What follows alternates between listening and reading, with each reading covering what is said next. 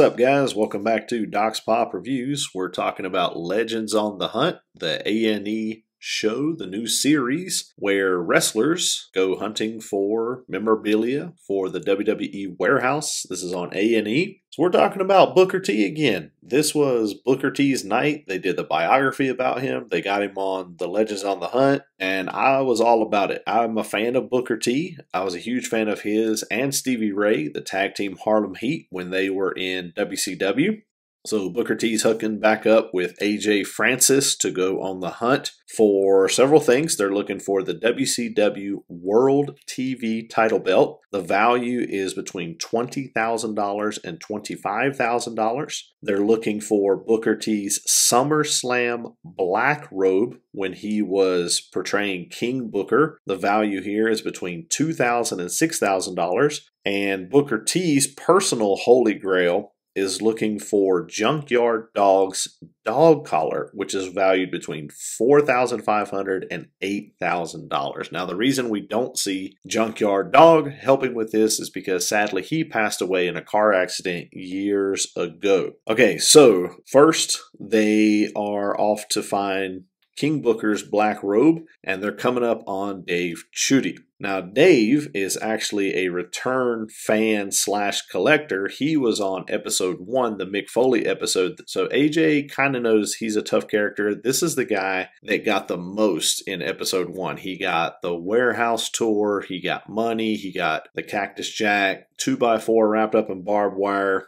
He's the one that really, he asked for too much. And I think AJ is realizing they're in for round 2 of this. And, you know, I'm not saying I don't like this guy Dave as a person. I don't wish any like social media backlash on him, or, you know, people finding him on Twitter or Instagram and just throwing a lot of hate at him or anything like that. And if for some odd reason this guy Dave listens to this, I want you to know I don't hate you, bro. I don't. But I feel like as a wrestling fan, he does ask for too much. And I was talking to my wife about this. She was watching the episode with me.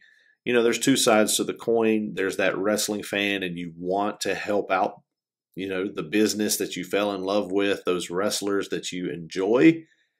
But the other side of the coin is, you know, that WWE is a multi-million-dollar industry, and they can afford to buy these things back. So I don't know how he's looking at it. It's really hard to tell just in a short episode, is this guy truly a fan, or is he just collecting and hoping one day the money's going to come back to help him? I mean, if he's looking at it as a business venture, you know, okay, more power to him. I just look at it from a different perspective, and that's okay.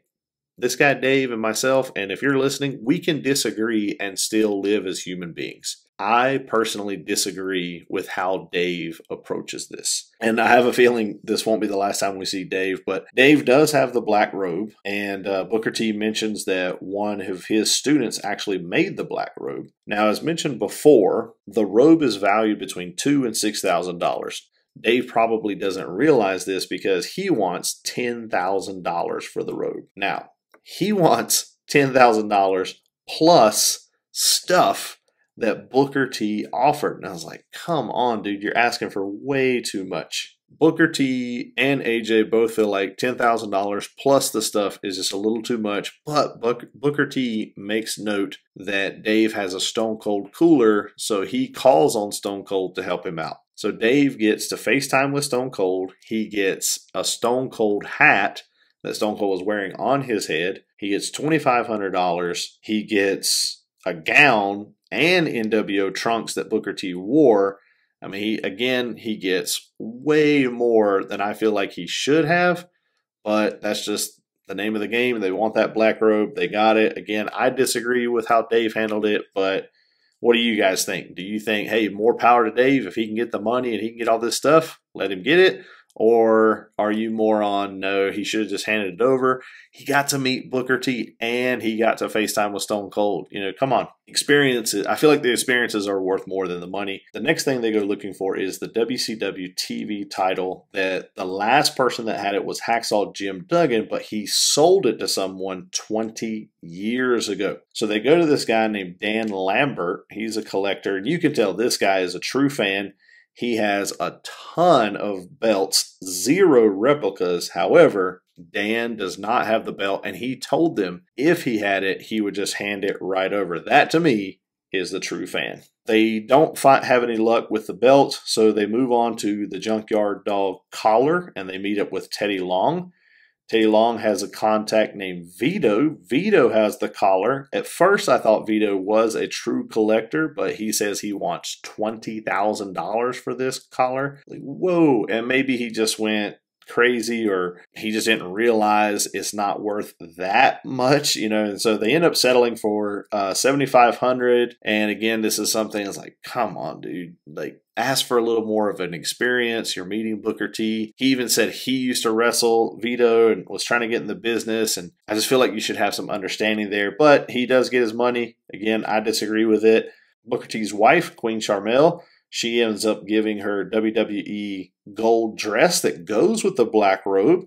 They do get the Junkyard Dog collar. However, this is the first episode we see they do not find the WCW TV title. I know in a different episode they couldn't find Kane's original mask, but they got Kane's second mask as kind of a replacement. Here, they don't get any kind of belt, because they do find a WCW belt, but it's not the one they're looking for. And unfortunately, they are still on the hunt for it. But I did enjoy this episode. It had a little more fan interaction than the previous two, and that's what I like to see. I like to see that balance of the wrestlers have it, the fans have it. The wrestlers have it, the fans have it. I just want to keep seeing that kind of back and forth. And what do you guys think? Did you see this video? What would you do if you had the stuff? Would you ask for a crazy amount of money and experience, and you're going like Dave, going all out, or you're just going to get some money in return? Or are you just a true diehard fan? You're happy to meet the wrestler. Here you go. Hand it over. Leave your comments down below. As always, hit that like button, share, and subscribe. Thanks, guys.